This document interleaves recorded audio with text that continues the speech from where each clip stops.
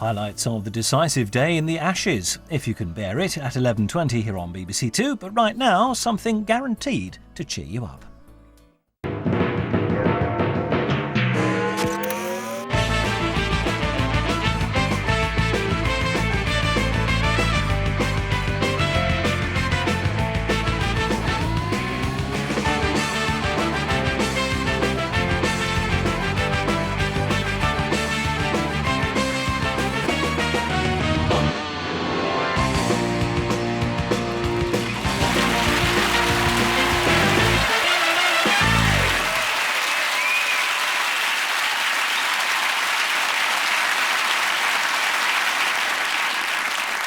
Good evening and welcome to Have I Got News For You? I'm Boris Johnson. In the news this week, as the British team begin their training for the Olympics, the designer of their revolutionary new canoe accepts that bow buoyancy may still be an issue.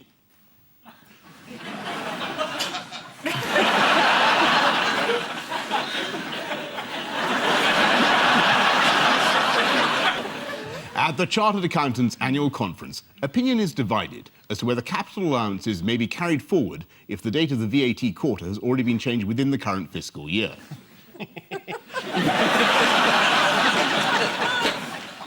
And at the British Conquer Championships, there are accusations of steroid abuse.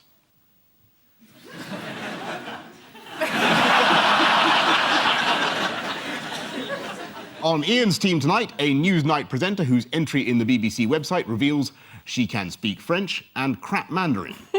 That's a hell of an act, you have to admit. Please welcome Emily Maitlis.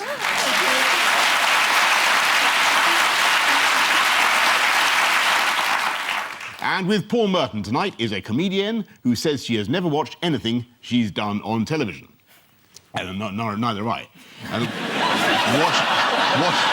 Watch anything I've done on television, I mean to say. I'm sorry, that did not come out right. Sue Perkins.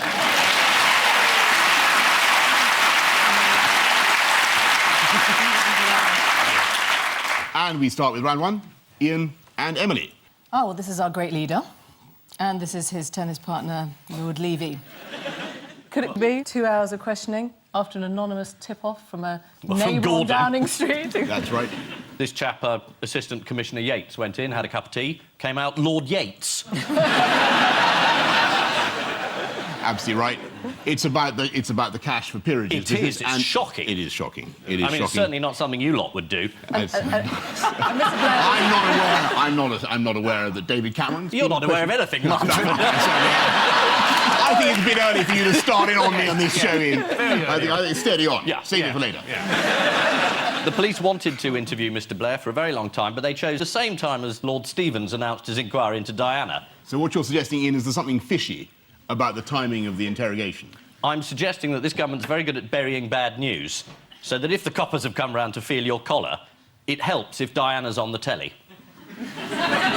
Who wasn't in the room with him? Lots of people. Bella Enberg wasn't there. No, Bella Enberg wasn't there. Sally Gunnell wasn't there. Jordan wasn't there. Isabel Kinder-Brunel wasn't there. Norman Wisdom.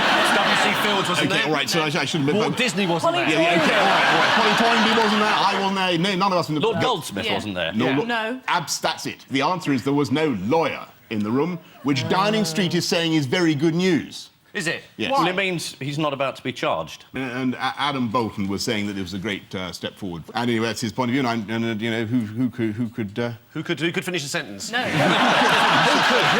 could possibly... Who could finish a sentence?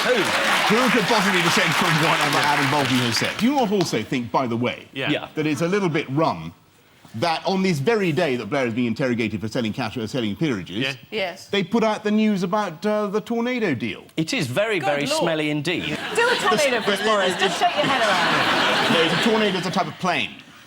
Oh, thanks for doing that. I wouldn't know what you were talking about if you hadn't done that. Sue was doing you meant the West London tornado. Sue was doing an impersonation of a meteorological phenomenon. The point that it is to do, the point at issue... You were doing an aeronautical phenomenon, which is much more sensible. And this relates to the huge Al Yamama deal with the Saudis. Yeah. And the Saudis said... I mean, there's a probe into whether the Saudi deal was corrupt with BAE, and the Saudis said, you've got to stop this. You can't call us, you know, corrupt. You can't suggest we don't behave well, or we'll drop the whole deal and go off and do one with the French. And they've dropped it. Lord Goldsmith, who wasn't there defending the Prime Minister because he's got other things to do, has said it's not in the national interest. And I think, anyway, and it seems to be the view of the committee that it's very, very odd that on this particular day, 2 very embarrassing stories have been submerged in the inquiry into the death of the princess. Into these things. The death of the princess as well. So your conclusion is vote Conservative? Well, I was going to save that one up. I think you should get it out now while they're friendly. All right, thank you. This is the news that the Prime Minister of the United Kingdom of Great Britain and Northern Ireland, the Right Honourable Tony Blair MP, has finally been questioned by the police in the course of the Cash for Honours investigation. Sky News summed up Tony Blair's behaviour in the Cash for Honours scandal by saying it was embarrassing but not illegal, which will make a good slogan for the next election campaign. Vote New Labour, we're embarrassing but not illegal. Paul and Sue, here is yours. OK.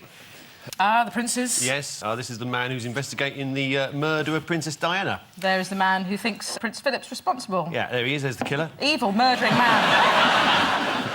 So they've decided to hold this inquest after 10 years and to discover that Princess Diana was murdered by Prince Philip. Yes. Almost. Yeah. Almost. Almost wholly wrong. 9 years and £4 million and 900 pages telling us that Diana actually had a car accident, whereas before the £4 million and the 900 pages and the 9 years, we all thought that she'd had a car accident. Essentially, the only person who believed it wasn't was fired. Yeah. And he spent 9 years coming up with this amazing tissue of drivel to explain the fact that one of his drunken employees killed the late Princess of Wales. But, I mean, it's not as if the royal family haven't had some previous history in this sort of thing. Lady Jane Grey, Princess in the Tower, do you know what I mean? No, OK, no, we've just dismissed any suggestion that the royal family was involved. I think Prince Philip killed her. I think there was one other conclusion in Lord Stevens' report. Yes, Prince Philip did it. That that was not widely followed up in this morning's papers. Lord Stevens blamed the paparazzi for what happened. The foreign paparazzi who, when the car crashed, they didn't help her, they just took pictures of her. They did. Very nice. Lord Stevens, would he have got that honour from the royal family? Welpington. Kirk Welpington, exactly where I didn't know. Lord Stevens, would he have got that honour from the royal family? And what is that? Sue, you Lord just... Stevens, would he have got that honour from the royal family? I knew I saw a Harrods hamper in your dressing room. He's doing another inquiry, Lord Stevens, into whether bears shit in the woods. The good news is that the princes are arranging a party. Elton John's going to be performing. Now, Prince Harry, what is Prince Harry like? Deutschland über alles? Is it really cool, He's got the outfit. Selection of marching songs on his iPod. I don't think there's enough respect for the royal family on this Songs programme to invade Poland. I really don't. How can you respect a band of murderers? I think Wills and Harry have absolutely no interest in marching songs. They like soul songstress Joss Stone and a chap called Farrell. He's a hip-hop master mixer. And according to the Times... Your shoulders moved when you said hip-hop. That's what I meant to do, isn't it? What, hip-hop? Yeah. According to the Times, Farrell has been collaborating with Britney Spears, Justin Timberlake and Snoop Dogg. You know they get you to read these out just to make you sound silly. You know that? It's a pact of steel, and who cares? I want something positive about the royal family this week. What was the great achievement by the royal family, the positive achievement by the royal family? Zara. Thank you. She won BBC Sports Personality of the Year. Brilliant. And would you like to hear her acceptance? Yes, please. Love it. It's amazing. Thank you to all the voters. And it's just amazing to be here with all these amazing sports people. But to win this is absolutely amazing. And this is the long-awaited report into the death of Princess Diana. Commenting on the role of the French security services, a spokesman for the Metropolitan Police said... Can I say the word seamless comes to mind? Wonderful. Beautiful. Thank you. Commenting on the role of the French security services, a spokesman for the Metropolitan Police said, if we'd been in charge, Diana wouldn't have died. Unless, of course, she'd tried to jump the ticket barrier at a London Underground station.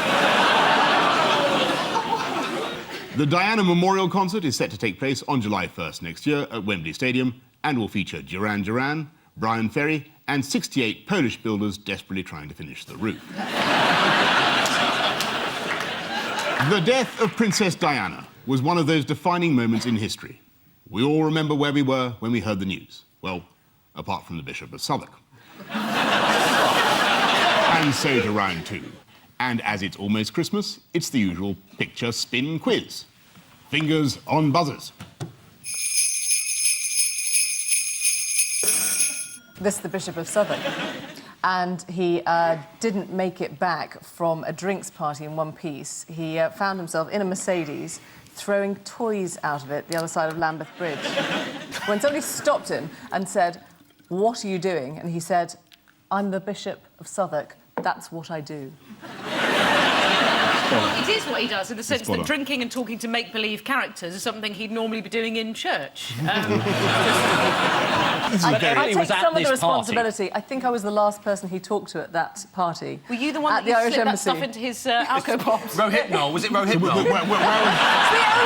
Did you give the bishop Rohypnol? Did you? Did you? Just say yes, it doesn't matter. Did you? Yes. Yes. At the start of our conversation. And then he made this drug to the Bishop of Southwark. Well, there's a story. What was he taking a few drinks? I couldn't possibly say. Was he hoisting it away, Emily? I couldn't possibly say. Was he knocking it back? I couldn't possibly say. Was he as pissed as a bishop? Did he have flecks of vomit around his mouth? Was his mitre set at a jaunty angle? Can anyone remember what Cathedral spokeswoman Wendy Robbins said, according to The Express? He's always pissed. He should be sacked. Part of any bishop's role is to be out in the community. So what he has done on this night was nothing unusual. And how has the Dean of Southwark, Colin Slee, defended the bishop? He said, "Get on with it. He was a bishop, it's Christmas. And actually, in the Christian spirit, we all make mistakes and we ask repentance and we get on with it." Irish whiskey features heavily in the New Testament. The fishers and the Mercedes. After walking on the water, didn't Jesus say, "I'm Jesus Christ, that's what I do"? What Colin Slee said was, "I wonder if we are looking at a cerebral phase, a sort of mini stroke." No, Colin Slee, I don't think we are. Where is the Bishop of Southwark a regular? Spearmint Rhino? Nope. Or on the door? On the pole? On the pole. He's round it, he works that greased crook, I tell you. Yeah. Not often you hear that sentence these days. Description of Lord Archer. Indeed, yes.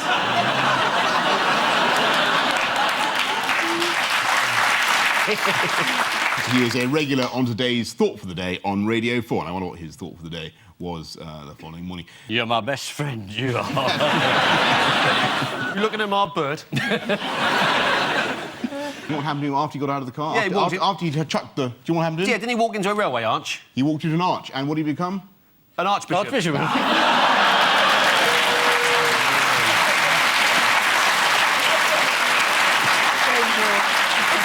This is the Bishop of Southwark. Asked why he was found in the back seat of a stranger's Mercedes throwing children's toys around, he explained, "I'm the Bishop of Southwark. It's what I do." He was then struck by a thunderbolt accompanied by a booming voice saying, "I'm God. It's what I do." Church critics demanded that the bishop show repentance, and indeed, the next day, a deeply contrite Bishop of Southwark got down on his knees for several hours, talking to God on the big white telephone. Friends say that the Bishop of Southwark has learned from his mistake. Next time he finds himself in a similar situation, he'll say he's the Bishop of Salisbury.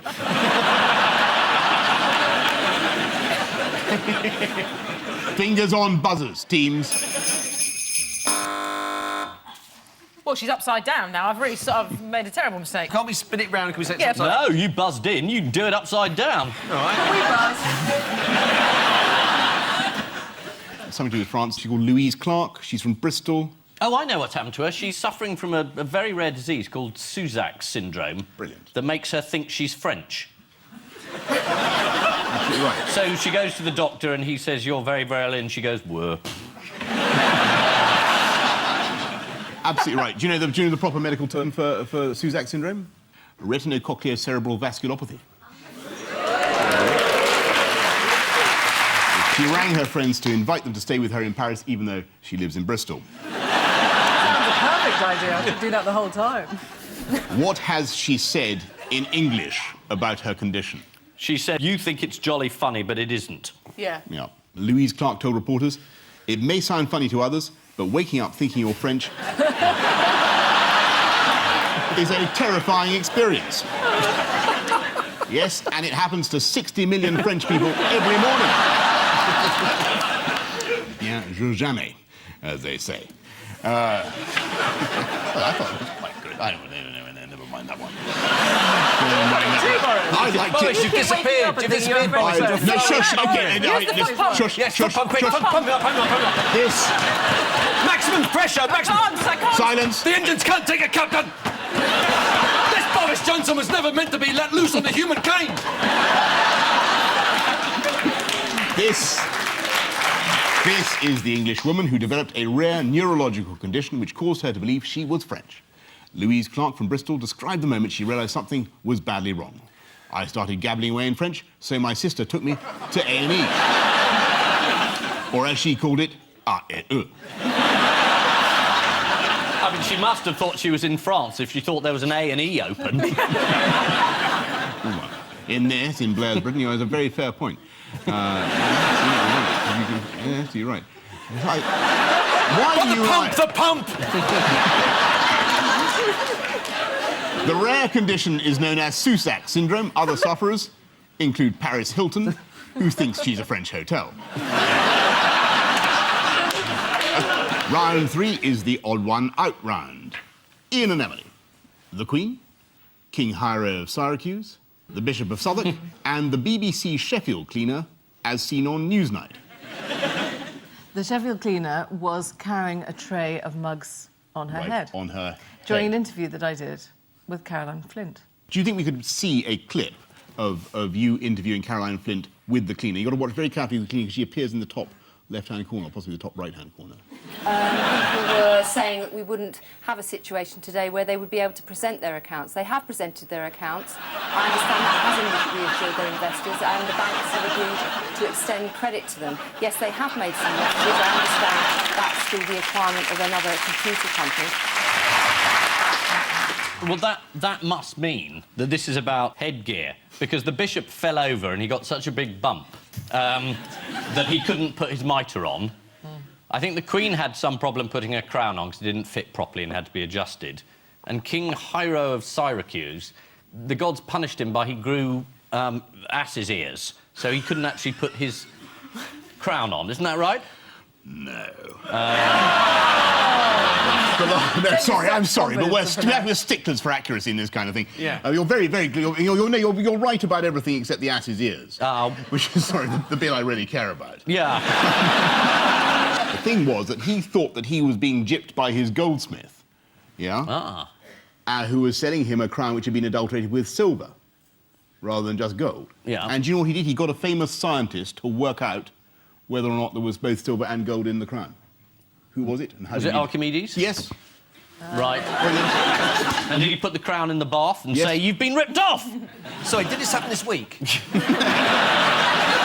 Who did you say was your one out? The cleaner in Sheffield. Why? Because she can actually put her hat on and the others couldn't. Correct. She had absolutely no trouble putting things on her head. And who knows why the Queen's had trouble putting things on her head? She's grown ass's ears. It's outrageous. No, it's because she has a bad back and it makes it very difficult to wear the imperial crown. All Rings, the people that lost their Christmas hampers could be replaced when she sold that hat. Yes. It'd be a gesture, wouldn't it? I just think Yes. this is It'd be a gesture, wouldn't it, Do you not Boris? think you're developing a seriously sort of Republican streak here? They murdered the Queen of crown Hearts. jewel, there they are. They murdered the Queen of Hearts, Boris. What headwear does the Queen put on in private, according to Prince Harry? It's a baseball cap with "I killed Diana" written on the front of it. None of this is going to be used. I sincerely hope that none of this will be used. No, it is a shower cap. It's indeed a shower cap. The logo is "Ain't Life a Bitch." The Queen wears that? Which is probably what she thinks after listening to you. They've all had trouble with official headwear except the BBC cleaner seen on Newsnight. King Hiero of Syracuse first became suspicious of the quality of his new crown when he discovered that it came from Argos. It's a very, very high-quality joke, that. Yeah. Paul and Sue, David Williams, a roast potato, Charles Bronson, and John Humphrey's great-aunt. Let me give you a clue. It involves Nigella. Goose fat. Goose fat, yes. Yes. Potatoes are in them. Yeah. David Williams was in it. Yeah, probably would get covered in goose fat when you swim, don't you? too You do easy, that. wouldn't you? Charles Bronson. Sometimes people escape from prison, don't they, by smearing themselves with goose fat and squeezing through the bars. Did he do that? Does he use it on his moustache? Does he have a moustache? Well,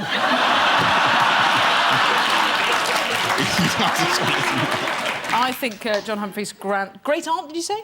Did she use it against the cold? Yes, I think she rubbed it She like did. Vicks on her chest. Yeah. And John Humphrey's great aunt, is absolutely true. As a child, she used to be smeared as goose fat to keep warm. yeah. Nice. So Charles Bronson's the odd one out. Brilliant. Charles Bronson smeared himself with margarine in order to try to escape from prison. he What, thought a he would- sandwich? No, he's like a greased piglet. Yeah.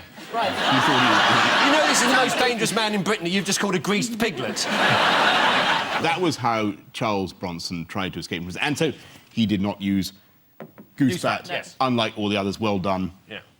Who was it? Oh, definitely. Well done, you. Well done. We got that whole round. Do you know what advice experienced cross-channel swimmer Mike Reed had for David Williams? Keep swimming. It's pretty, very close. My advice to David is keep going forward, keep putting one hand in front of the other until you get to the other side. Top-notch advice there. And why did he do it, according to the Daily Express? He did it Charity. for... Charity. Yeah. He said he wanted to put as much as he could into Sport Relief's kitty. I think she works in reception. I don't think they'll leave... I think they'll leave that one out. I hope they'll cut that one, because I don't... Do you know what happened to Nigella Lawson's cookbook after she mentioned that she used... Sales of goose fat throughout the country have doubled. You can't... Actually, it's the other way around, isn't it? It's what happened to sales of goose fat. Yes. Right, so... They went Sales up. of Nigella have... Sales of Nigella... Anyway, never mind all that. Never mind that. I was trying to think of a way of bringing in my book. What's your book called, Bob? Well, since you mention it, here it is.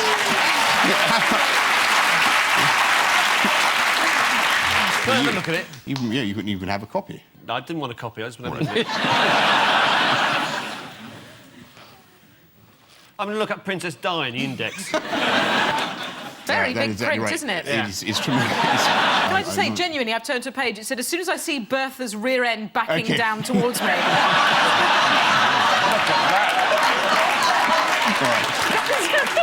Never mind. As You she must lifted listen. up I don't her want you to breast. spoil it.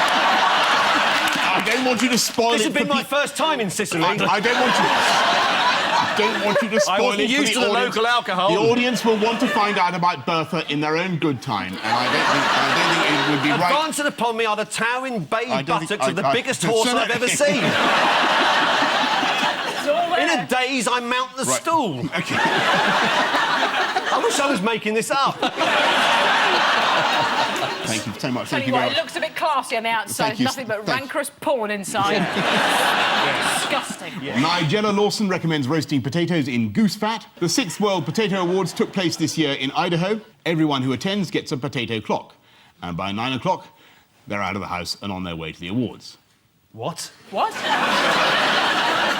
Everybody who attends gets a potato clock. Gets a potato clock. Yeah, Get but up potato clock. It's clock. a Gets It's a joke. up potato clock. One more time. Shall we try that one again? the way- No!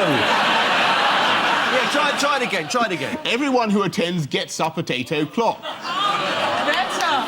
Better.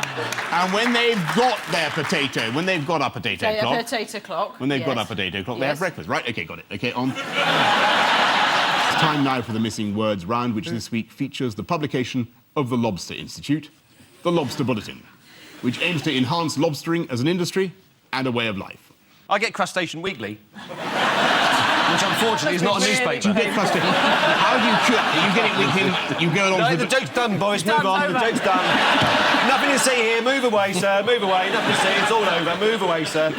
Very good. 3 million bees, what? Pretend to be a policeman. They all get together in the shape of a man. Hello, hello, hello. Good evening, sir. I believe you've got honey in the house. Knock on the door. The ones with more confidence do the speaking. Yeah. No. Don't look at your watch in the middle of it. Get a grip. It saps the morale to We're see you almost- looking at the watch. we're I'm trying to almost make it up there. as we Well, go listen, along. I just think if we're so nearly there, if we can just Yes. limp over the finishing line. Great. Can I just say, I'm talking about... what an inspirational leader you've been. And we will be victorious. Yes. I'm not saying I think that should be the next Tory slogan. Let's just limp over the finishing line. No, we are going to...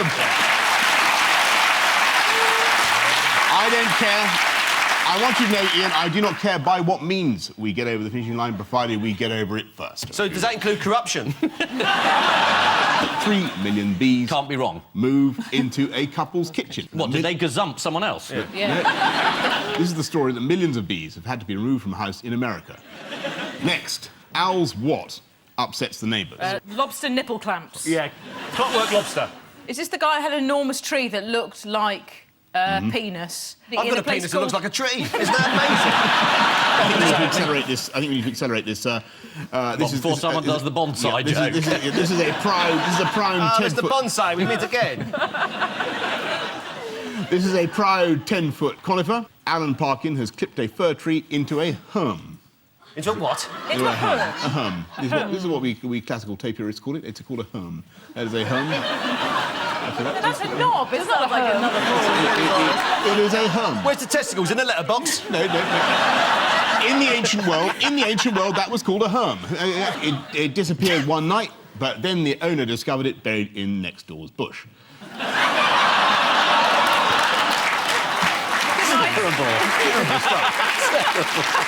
It's outrageously rude. And finally, what?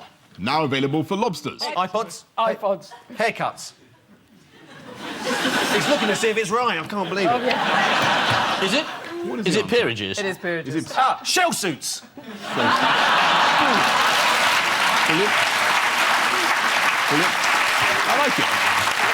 I like it. The answer is apparently a health manual. That's just Another silly. gripping one, Rule isn't it? number one. Okay. If you find the water you're in getting hotter... So the final scores are, Ian and Emily, you are the richly deserving winners on 10 points. Paul and Sue, you have 7. Hey. Well done.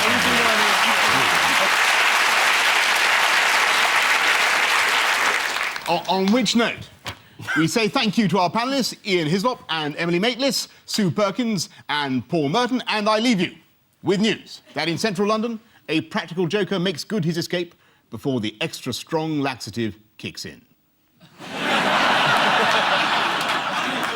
At the annual Magicians' Conference, it's 1-0 to the rabbit.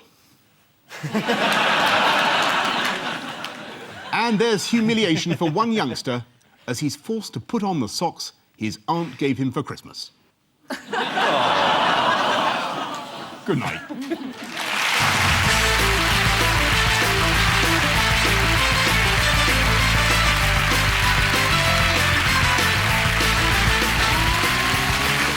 One from the best of covered tomorrow, William Hague in the chair at 10.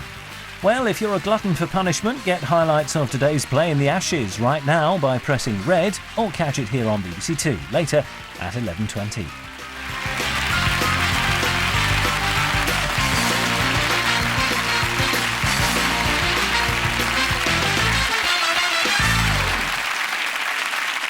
OK, wait, before you go, since it's Christmas, I want to offer you everybody a Christmas cracker. Christmas cracker?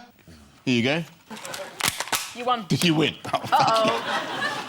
What did a beaver say to the tree? I can get this one. Ignore. No. Me, Did no, you hear that ignore. Prince Philip had Princess Diana killed?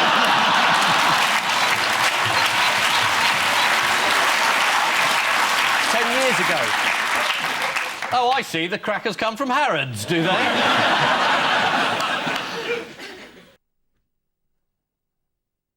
A change to BBC One's lineup with the drama connection.